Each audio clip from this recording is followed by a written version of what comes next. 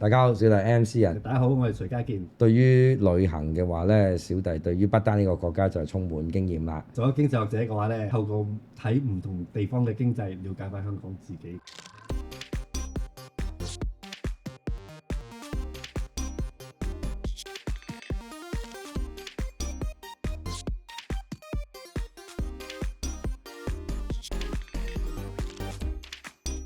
恭祝新年快樂！新年快樂！冇見到。哇，係喎，出翻你個樣咯喎，人。好啦，我知道呢個係一個完全唔拉更嘅組合，呢三件啲人以為唔拉更，但係其實有我哋種下嘅緣分。中下嘅緣做緊分，啲世紀任務啊，要係咪埋你啊！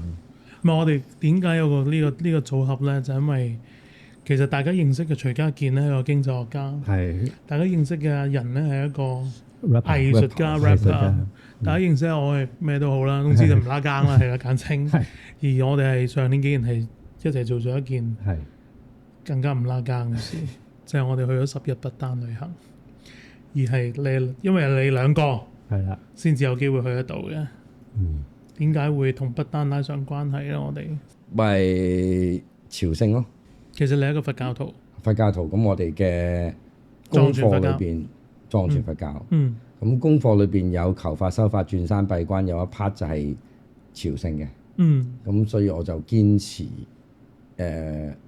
喺個 cycle 裏邊定期做。 ，Kevin 咧我跟隊跟隊，係啊，因為我歸依咗又你都歸依咗，係啦，咁所以居士，都要定期去下咁樣咯。係啊，咁但係我個身份或者我嘅背景又有啲唔同嘅，咁但係又撞正而家不單佢個經濟即係佢開放，咁係跟住會即係有啲經濟特區啊咁樣，咁所以一個喺美國芝加哥大學受訓練自由經濟嘅學生，跟住喺所謂全球當年係最資本主義、最自由經濟嘅香港觀察，咁跟住去不單望一望佢哋嚟緊會有一個好大嘅變化。係啦，即係佢一個佛教國家，嗯其實地球得翻一個地方係藏傳佛教，嗯係國教嘅國家得翻一個就即係佢咯係不丹。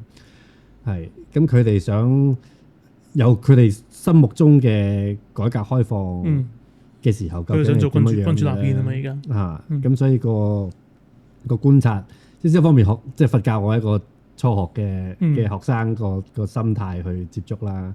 咁另外一方面，經濟個角度去睇佢個民生啊，佢哋點樣當年一次過90年代尾開放，即係我哋有互聯網。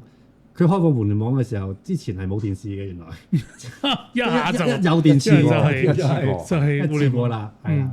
嗯咁我當地好快，因為藝人嘅關係，認識咗好多當地人啦。嗯即係睇住佢哋兩代年紀同我哋差唔多嘅，咁嗰啲就細個長大嘅時候冇電視睇，係到佢哋嘅下一代已經一出世嘅時揸住手機候已經上緊網啦係啦，咁即係兩代人究竟仲要嗰兩代人，即係除咗係相對封閉嘅一個地方之外，仲要係咁受佛教影響。嗯咁佢哋成套佢價值觀啊、人生啊、諗做人係為咗乜啊，係同香港人好唔同噶嘛。好唔同。係咯，係啊。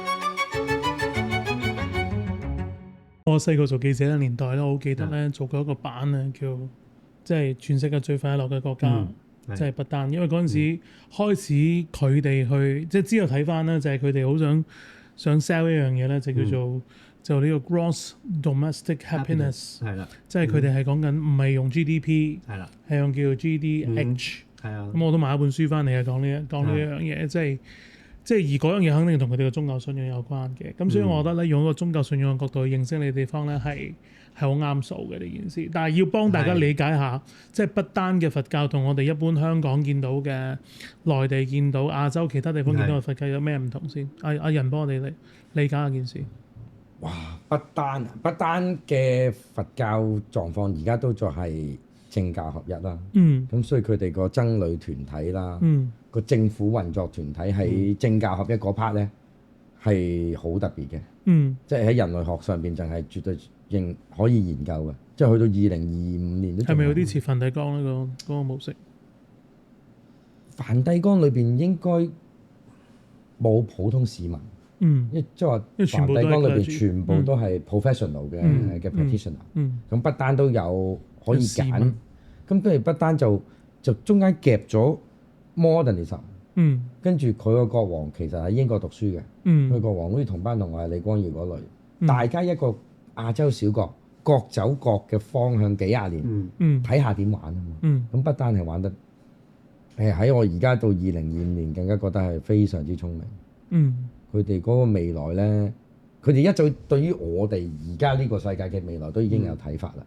到佢向嗰個地方行，又接翻我哋個未來預定一啲位咧，佢哋行得非常。政教合一，我哋見到嗰樣嘢就係其實基本上藏傳佛教係唔係淨係講緊僧侶啦，係所有人基本上都係信緊同一個信仰。我個觀察冇錯。佢似中世紀嘅直情，即係話個政府或者個地方嘅管治模式係政教合一嘅。譬如有啲咩特色，就係每一個家庭可以送一個小朋友去廟，咁咧反而最高嘅知識同埋資源咧係喺廟度，就唔係喺地主啊或者係啊。咁佢哋有一啲特別階層咯，咁就。你每一個家庭會送一個小朋友去廟咧，就保障你每一個幾窮嘅人都好，都有一個人喺家族裏邊係受高等教育嘅。咁佢如果讀得叻嘅話，仲可以係啊，仲可以帶起屋企人嘅，即係攞翻啲物資翻嚟啊咁樣嘅。咁啊，不單係將佢再現代化，就係話每個小朋友咧喺佢幾歲嘅時候可以揀去廟，男仔啊，去廟定係讀翻正常我哋嘅小學、中學。跟住到大學嘅時候，又可以接翻一齊讀翻嗰間大學。咁只不過咧，佢個小朋友喺有幾年咧，係完全喺個廟度過，就佢會見到埋我哋嘅靈性訓練啦、信仰訓練啦，或者冇咁物質嘅訓練幾年。咁佢再接翻個世界，所以佢哋而家一嘢通晒咯。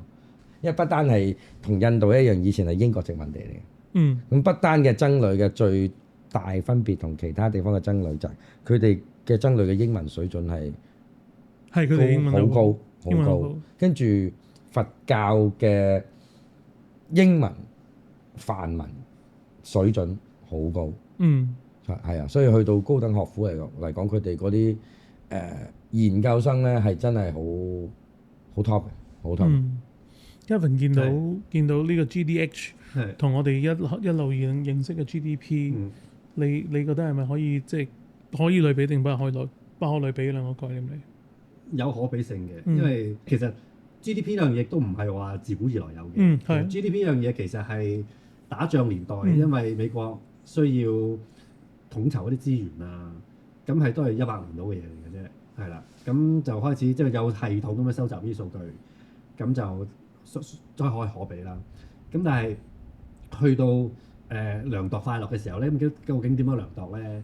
咁佢最早嘅時候都係用嗰啲問卷調查咁樣，即係問，但係啲你覺得好唔科學㗎嘛？問你快唔快樂，咩嚟㗎呢樣嘢？係咯，咩時候問都唔同。我講個快樂，我講好唔快樂，同你好快樂，其實可能我快樂過你，即係好主觀嘅嘢。現代社會先進地方，佢哋想從呢個快樂指數度，究竟同收入有咩關係咧？咁一般嚟講，會係越有錢嘅地方係越快樂嘅，平均嚟講，我睇過好多一啲研究，就係量度呢啲同宗教有關㗎啦，即係量度啲人會係藏傳佛教徒嘅，咁佢meditate 咗好耐，好識得去即係去 meditate 好多鐘，咁究竟佢哋個腦嘅反應係點樣咧？咁即係睇佢做啲 MRI 啊，睇個腦個狀態點樣。咁而家開始就係有人用呢啲比較科學啲嘅方法去量度所謂嘅快樂啦。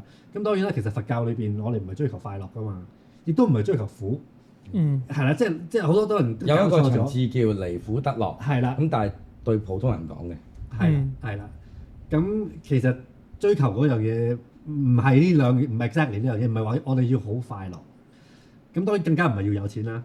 咁但係錢好或者快樂好，如果係幫得到你追求佛教想要追求嘅嘢嘅時候咧，都係可以用嘅嘢嚟嘅。攞呢個以前就講 happiness 啦，快樂啦，所以有呢樣嘢啦。咁而家開始講就係 mindfulness，已經用翻係啦用嗰個更加更加被消費得勁嘅湯同個宇宙接返接軌嘅嘢，未接軌嘅嘢，咁將會係越嚟越即係個世界越佢想接軌嘅，佢想接軌。大家講呢樣嘢嘅時候，佢哋知道宗教其實唔係 exactly 你哋用緊呢樣嘢，咁但係與其俾你哋濫用呢個嘅時候，不如我佢就撥亂反正係啦，係啦。同埋我睇嗰個快樂指數係另外一個角度睇，就因為佢不單啊嘛。咁如果你全國都係佛教徒，即係話講大話係一種罪嚟嘅。咁你去做問卷調查咧，佢個底線就係全部人都誠實作答。咁跟住你攞到嘅人類感覺數據咯，就唔係快唔快樂嘅問題啦，已經，而係講緊而家嘅 AI 世界最想 capture 到嘅就係所有人喺所有情況下嘅所有感覺數據。咁不單一開始就已經向呢個方向進發㗎啦。但係佢嘅前提係全民都誠實，同埋所有人都慣咗誠實，亦都冇人覺得需要唔誠實作答政府嘅問卷。咁跟住佢攞咗幾十年數據喎。哇！你講到誠實呢樣嘢咧，我好想講一個我同徐家健嘅經歷咧，就係我哋去買嘢啦。我哋買一個比較名貴嘅藥材叫冬蟲草啦。咁即係大家如果有認識我同徐家健都知道，我哋都係啲即係中意計下數啊嗰樣嘢加價嘅人啦。然後突然之間我哋去同佢講話bulk purchase， 我就話如果買多啲俾個折得唔得啊？咁樣我哋買到好多，講到好多個數，輕機咯即刻，即係對佢哋嚟講係。不嬲都係咁做生意，你突然之間同我講攞折頭，佢原本唔係諗住昆你，即係專登定落價好高㗎嘛。我諗呢個就係反映咗嗰個文化，未被污染嘅文化，我叫做。佢一方面以前就真係因為冇外界咁多接觸，咁啊真係未被污染啦。我諗個考驗或者係將要面對嘅，亦都有人開始講，喂，我一睇死佢，喂，所有地方。你以前窮，淳樸，咁呢個唔係資本主義嘅，唔係呢個係逼出嚟嘅，唔係你選擇嚟嘅。同你到你有選擇嘅，咁到你有選擇嘅時候，係咪都係咁樣樣咧？即係所以有啲覺得人係惡個本性係惡嘅，就話冇㗎啦。你開放咗，大家睇 internet，咁啊跟住知道有錢，知道享受係有幾慣嘅時候，你就會變㗎啦。因為我哋都有啲人會係咁樣講。佢哋都同我哋唱卡拉 OK，所以我覺得都軌跡都好。我有問過，因為我有機會問啲，即係喺佢哋個，譬如揾法王揾啲 leader 傾偈，咁佢哋係精英階層咧，係資源充沛噶嘛。咁問佢點睇，佢哋好得意嘅已經，就譬如佢哋以前咧冇電視到有電視咧，全部都係印度電視咯。係啊。咁跟住 internet 有咗 Netflix 之後，佢係完全即刻放棄印度電視，係100%放棄印度電視啦。雖然佢哋冇學過印度文嘅，就係因為睇印度電視識印度文，即係等於全世界嗰啲唐人街都係睇錄影帶無線，以前錄影帶學廣東話嘅。咁跟住一有咗 Netflix 之後，因為好在佢係識英文，係完全醒咗喺嗰個世界度。係，跟住因為佢哋冇火牆，即係話所有色情、賭博、暴入全部都有，佢哋完全係唔會動搖喎，有啲位。咁又另外一個角度就係，即係佢哋有好多機會蠱惑嘅，其實可以。但係佢就係見睇佢個國家咧，好 interesting 嘅就係印度人咧唔使攞 visa 就可以去不丹，其他人就要攞好艱難嘅旅遊 visa 先去到不丹。咁佢哋見慣咗啲，即係難聽啲叫佢嗰個國家係全個國家係冇人殺生嘅，因為佛教徒，但係就有牛扒食嘅。咁係點咧？佢係每一日將啲不丹嘅鮮牛運去印度境外，即係不丹境外嘅印度地方。咁邊境隔離就有屠房㗎啦，就由印度人殺咯，就運翻啲肉去咯。咁佢哋就殺生係犯法，犯戒，食肉係啦。犯戒。咁殺嗰個嘅卡瑪佢哋受翻咯。我哋俾多幾倍嘅，我俾多幾倍嘅價錢，你間屠房你肯唔肯做？咁咪喺佢心中就知道，哦，原來有啲人嘅人性係被好容易買通嘅，即係去到殺都買得通咧。其他嘢佢哋更加唔會好似調翻轉，我哋會覺得我哋嘅小朋友會絕對擁抱資本主義嘅所有所有衰嘢好嘢，佢哋唔係，佢哋原來有一套，究竟佢係嗰套自律同道德仲未甩啦，因為佢去到最尾知道因為佢哋嘅有一個更高尚少少嘅人性嘅目標去進發喺佢人生裏。我覺得，所以我更加覺得，我翻到嚟同阿 Alex 我哋都係咁講，即係我哋公司即係我哋啲一直搞呢一嚿嘢嘅 partner 一齊講咧，就係如果你喺嗰個佛教嘅基礎上面有一啲嘢，你又有一個追求咧，我覺得咁樣去切入去不丹咧，係同你就咁去行山係兩個完全唔同嘅概念嚟嘅。唔係我另外一個我就覺得好有趣嘅嗰樣嘢就係，即係阿仁本身係一個玩音樂嘅人咯。咁而家即係我自己覺得好好彩喎，同你去即係除咗去同你唱 K， 即係呢個之後再講。我唔知你想唔想講啦，就係你將你嗰個音樂嗰個 input 擠咗落去嗰個 ritual 嗰度，即係你嗰個頌缽。即係我哋幾次即係你帶啲團友一齊去冥想，然後你就用個頌缽去嘅時候咧，所以我最記得你都問我有冇 feel 咁樣，我記得你咁樣問我。就算我唔係一個教徒都好啦，喺個過程裏邊咧，嗰件事係特別嘅，個感受係特別嘅。但係我想問呢樣嘢喺從佛教角度，其實即係頌缽都係一個好 new age 嘅嘢嚟㗎嘛，即係一啲好新嘅嘢嚟㗎。擺到明係啲新嘢發明出嚟。係啦，但係呢樣嘢點樣將同一個咁傳統嘅宗教點樣去 gel 埋佢？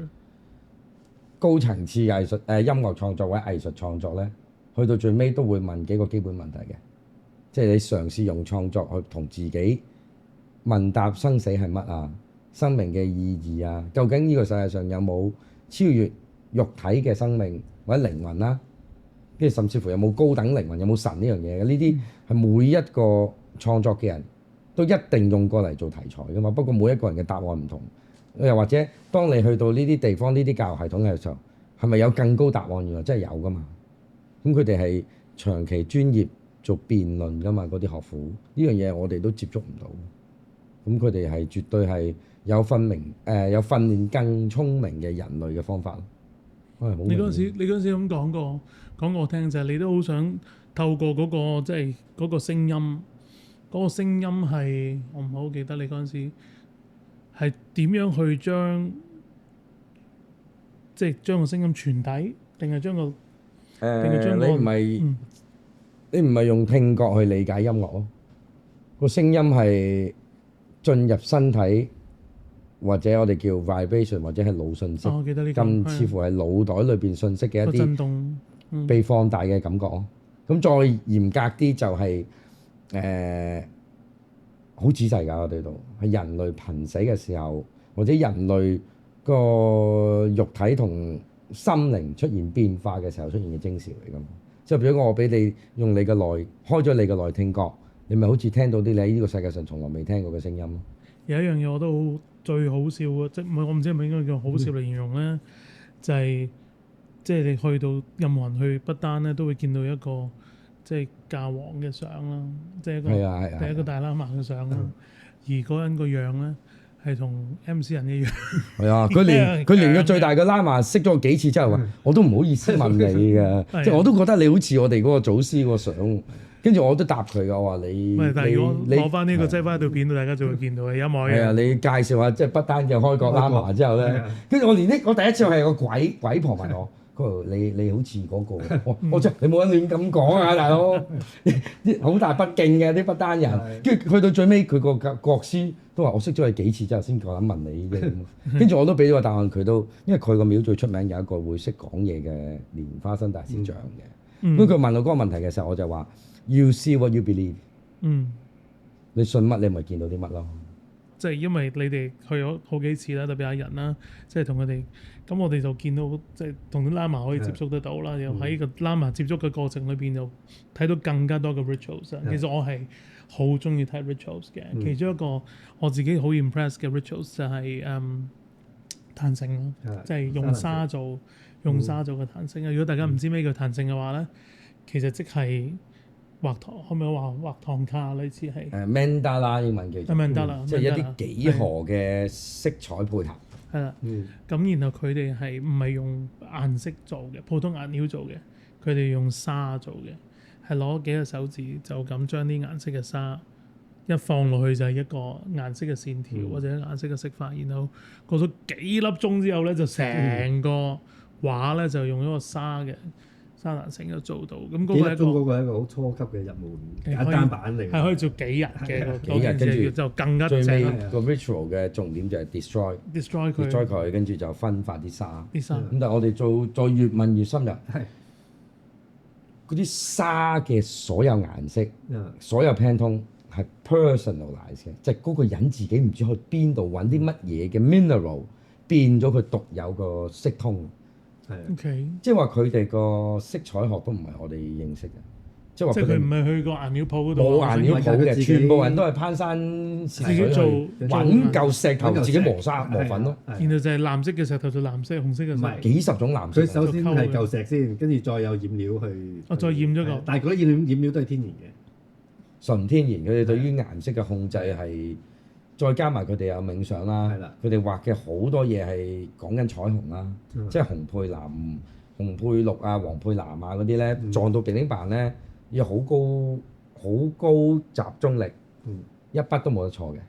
因為我同嗰個表演嗰個 Lama 都幾老友嘅，咁佢解釋好多教我好多即係究竟佢喺邊度揾呢啲石頭啊，然後會整到佢有幾碎啊？又唔可以太碎，又唔可以唔夠碎。都好碎㗎啦，不過。因為你再碎啲嘅話，就會黐住隻手指嘅。係，就入咗去啲指紋度啊。因為我試過有補啊嘛，嗰啲沙流嗰度，哇，高難度。因為嗰個藝術模式係完全每一個讀者、觀看者唔係睇緊視覺藝術，係講到明係 touching 出嚟嘅嘢嚟嘅。佢個手指就係有幾靈細。係啊，就咁樣喐咁佢換啲沙又可以喺同一個位繼續滴喎，係極高難度。跟住就講埋市面上見到聯合國咩遺產非物，就西藏式嘅就係一對喇嘛用飲管燉。嗰個一拍埋不單白手嘅，就已經哇！我哋真係見到啲從來都冇上過鏡嘅嘢㗎。係啊，出邊嗰啲係有工具嘅。即係一般你上網揾到嗰啲都係全部有工具。藏式西藏嗰個做法就係用條管跟住燉啲沙出嚟嘅。燉佢，佢呢個就咁攞手指就不單個傳統就唔用嗰個滾嘅。係啊。咁點解係咁樣咧？咁又係你要去慢慢了解先知道點解個分別喺嗰度咯。係啊。因為我哋今次同團裏邊有一對法國嘅後生仔，我叫佢後生仔嚟。係啊，後生仔20零歲。係啊，咁然後就你又送咗套好靚嘅民族服裝俾佢哋，咁樣我哋一齊就喺喇嘛屋企度即係見證佢。係啊，其實個喇嘛，我哋後尾翻到嚟做完個8年展咧，係何從偉幫我哋先揾到個喇嘛，原來真係一個國師，即係話不單嘅 top abbot 行開咗嘅時候，佢就要代國師去做 decision making。我哋走咗佢屋企開 party，我哋都算大膽嘅。好食佢屋企啲講真，好食啊！咁嗰度唔係淨係佢屋，即係佢當然佢屋企啦。咁但係我哋上到去嗰度嗰個廟啊，係啊，佢個廟仲神奇嘅。咁但係佢嘅傳奇係話，佢預先知道當年嘅尼泊爾大地震，佢就叫咗啲人做某啲特別嘅嘢。佢哋不單咧就冇震得咁勁，咁信不信由你啦。咁但係佢哋嘅宗教同埋精神嘅影響力咧，喺人同人之間嘅傳遞係好唔同我哋嘅。你講話邊套戲都係講話最尾係靠喇嘛救翻全世界噶嘛？嗰度冇晒電影嘅。係咪2012嗰啲啊？定係咩啊？好似係。哦，咁即係你而家啲人揾翻納粹黨最後柏林歷史都係有喇嘛嘅，一路都有啲咁嘅身影喺度噶嘛，冇人知佢哋做乜嘅。或者係用咗佢嘅一啲元素。我哋睇 Doctor Strange 嗰啲都荷里活最係啦，荷里活到而家開始超人鬥超人片咧，Marvel 年代咧，超能力知識嘅來源，超能力嘅訓練學校就應晒啦。除咗一件係因為你講呢樣嘢，所以我哋搭飛機翻嚟嘅時候，我就睇多一次 Doctor Strange，然後我就發覺好多 reference，由個美術。到裏邊嗰個故事，到裏邊講個訓練，其實好多嘢都係 exactly 係將古印度嘅嘢喺 virtual world present 出嚟嘅。打機嗰啲人又識晒點樣錯嗰啲咒語啊嗰啲㗎。咁但係 so far 我哋係非常之開心嘅一個不單止，因為同皇帝同一班機咯。呢個係我都係第一次嘅啫，即係我皇帝係坐平民嗰班機，跟住嗰班機就不過佢坐前面嘅，佢前邊同埋係係啦，等得特別耐，delay 特別耐，佢嗰個冇解釋嘅喺個機場度。後尾我哋喺飛機度點解有紅地氈晒？我話 delay 幾多都 delay 啦，原來皇帝上飛機，跟住到個機長真係 My Majesty 定咩㗎？係咪咁樣介紹我哋？咦，跟住我哋瞓咗覺，但原來個皇帝係會隔住條簾同啲人揮下手，結果我都隔住條簾見到個皇帝嘅，都型仔嘅，即係劉華出巡咁樣嘅。唔係佢係靚仔，呢個係後生嗰個啦，係啊，後生嗰個啦。咪另一個我必須要推介嘅就係不丹個威士忌。哦，我哋飲咗好多，飲咗好多。即係每一次去飲嘅時候，我就話：哦，點解咁好飲嘅呢一個？好好飲啊！真係，我唔飲酒嘅人都覺得哇！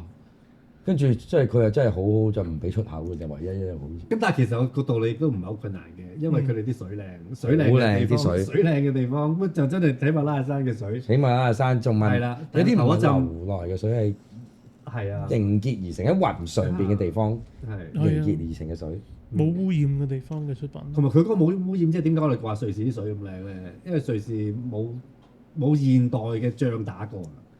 咁你話我哋知道，譬如越南嘅，佢經歷過越戰，咁就好多啲土啊、泥土啊、水啊都污染晒，污染咗㗎啦。咁不單一來佢係喜馬拉雅山頭一陣落到嚟嘅水，二來佢都冇現代嘅仗喺嗰度大規模去打過，有啲落啲化學武器啊嗰啲冇啲嘢，冇啲污染啊嘛，咁所以係啲水啊。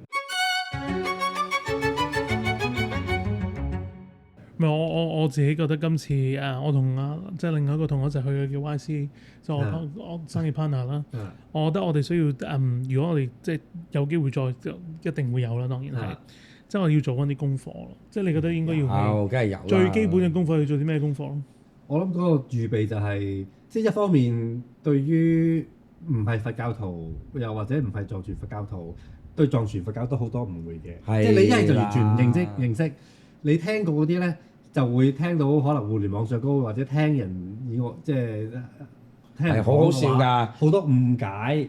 一般人認為認為佛教就係一啲好道貌岸然嘅嘢，咁藏傳佛教咧就係好充滿色彩啊，好印度啊，咁就跟住去到不丹發覺，人哋有道德家性開放嘅時候，你點回應佢一般僆仔嘅基本問題？我哋已經 O 咗我哋個教育制度，我哋嘅道德制度。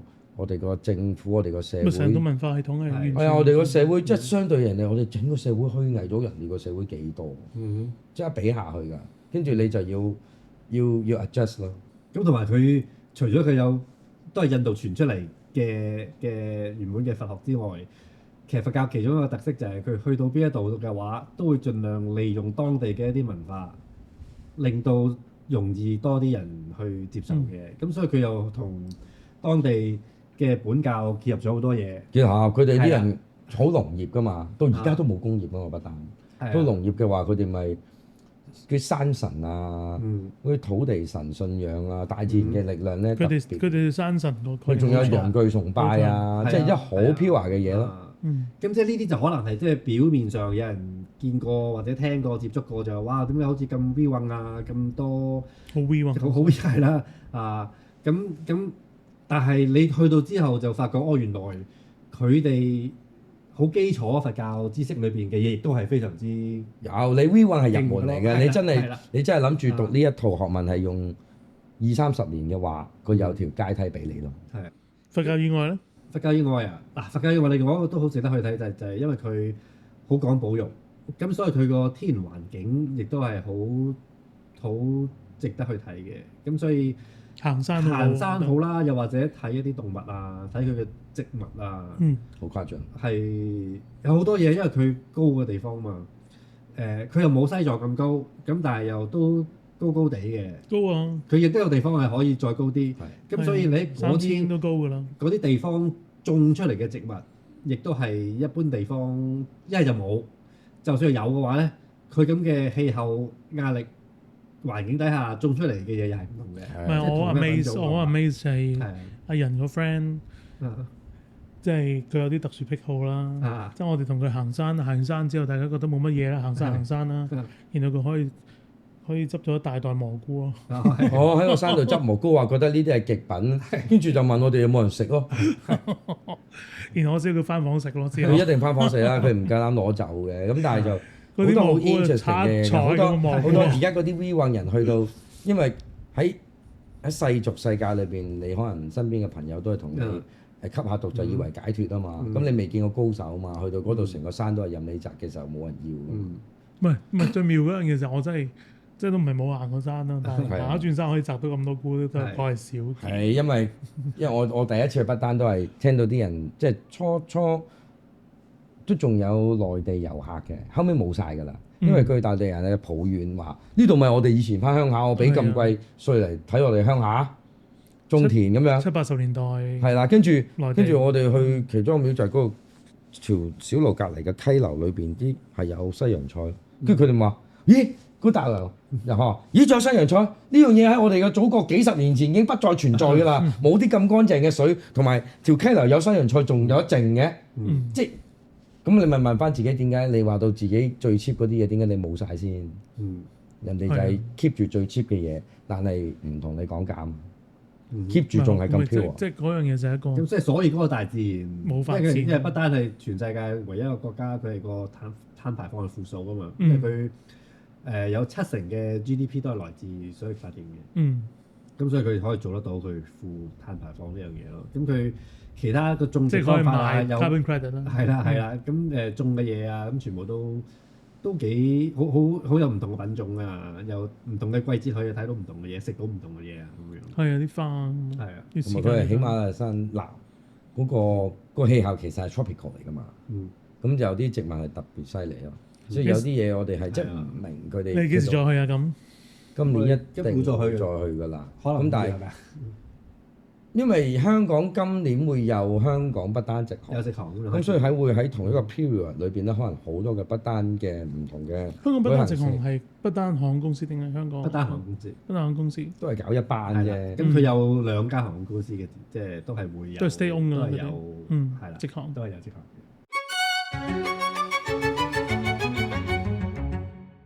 旅行對你有咩意義？你答先啦。咁其實我就而家冇旅行嘅，全部都係朝聖。即係話唔會為咗自己嘅 leisure 去一個地方，咁全部都係朝聖嘅點，重複去。咁你去到嗰啲地方朝聖嘅話，即係你會問當地人：呢度最撚叻嘅係邊個？佢哋真係去到最尾會搭到條路咯。即係你有個鬼佬嚟香港，我要見李嘉誠，冇啦，送緊咗去青山啦最尾。但係你去嗰度，你會有好多。如果你真係針對某啲嘢去揾咧，係。喺學問上係絕對仲有條階梯，即係你去啲勁人嘅啟發嘅地點，究竟佢喺乜嘢環境、乜嘢背景、乜嘢情況下會變到個聖人先？如果有啲地方譬如不丹咁喺藏傳佛教歷史上面出過唔少勁人聖人㗎嘛，以及不丹皇室係對於藏傳佛教嘅歷史有好大嘅影響力嘅，即係佢哋點解咁識揀呢啲？全部我哋香港即係要試咯，香港有幾多人識朝聖咧？Kevin，我讀書我記得學有一句嘢講過，我吸收就係覺得好啱嘅，就係話你如果淨係讀一門科學嘅話咧，你唔知道事實係咩嚟嘅，因為其實每門學問都係只不過用一個角度去睇個世界。咁我哋香港人，你成日都喺香港嘅時候咧，咁你又覺得好多嘢都係當咗老馮啊，咁你越去一個地方係越唔知香港嘅時候咧。你越去容易了解翻香港係點樣，即係其實可以調翻轉咁睇嘅，即係你做人有咩意義？咁其實做人都係一個旅程嚟㗎嘛，即係尤其是從佛教嗰個角度，你出世到死，咁之前之後唔係就冇嘢㗎啦嘛。咁我哋去旅行嘅話，你調翻轉睇嘅時候就話，我今日去嗰機票就寫咗我今日去，跟住就一個禮拜後翻嚟啦。咁你一般人會覺得，我呢段日子裏邊要玩啲乜嘢？可能你 plan 晒個行程，食啲乜嘢，我要 book。邊間嘢食咁樣，跟住我諗住去邊間名店度，或者邊間博物館睇啲乜嘢。我哋旅行會去做呢啲嘢嘅。咁我調翻轉頭睇嘅時候，其實我哋嘅人生 plan 我哋人生嘅時候有冇咁樣？因為我知道，譬如佛教裏邊一樣好重要嘅概念，一路要準備嘅就係準備點樣死法啦。咁所以如果你當個死或者係即係回程去離開嘅時候係一個類比嘅話，咁佛教就有個咁嘅準備啦。咁咁我哋人生係咁樣樣，睇翻落個旅行嘅時候就話喂，我知道我會有翻嚟嘅一日嘅。咁但係其實之前之後唔係話冇咗，唔係話即係死咗唔見咗。咁即係只不過係個轉折係另一個形式去存在嘅時候，你咁樣睇個人生嘅時候，你都放細翻佢，放大就係個人生，放細就係一個旅程裏邊。咁你就去睇下嗰個旅程，其實我想做啲乜嘢咯。想團友可以即係，如果真係有機會同你哋去不丹啦，可以帶走啲乜咧？我答先。除咗東涌我哋唔係教人帶走啲乜嘢，我哋教人放下。點會係帶走啲乜嘢？放下。我哋去捐嘅錢，我自己經驗捐嘅錢多過使嘅錢嘅。係啊，我哋就咁坐喺個地下度 meditate 都有人俾錢你嘅。係啦，你懂得放下嘅話，會得到就得到智慧啦。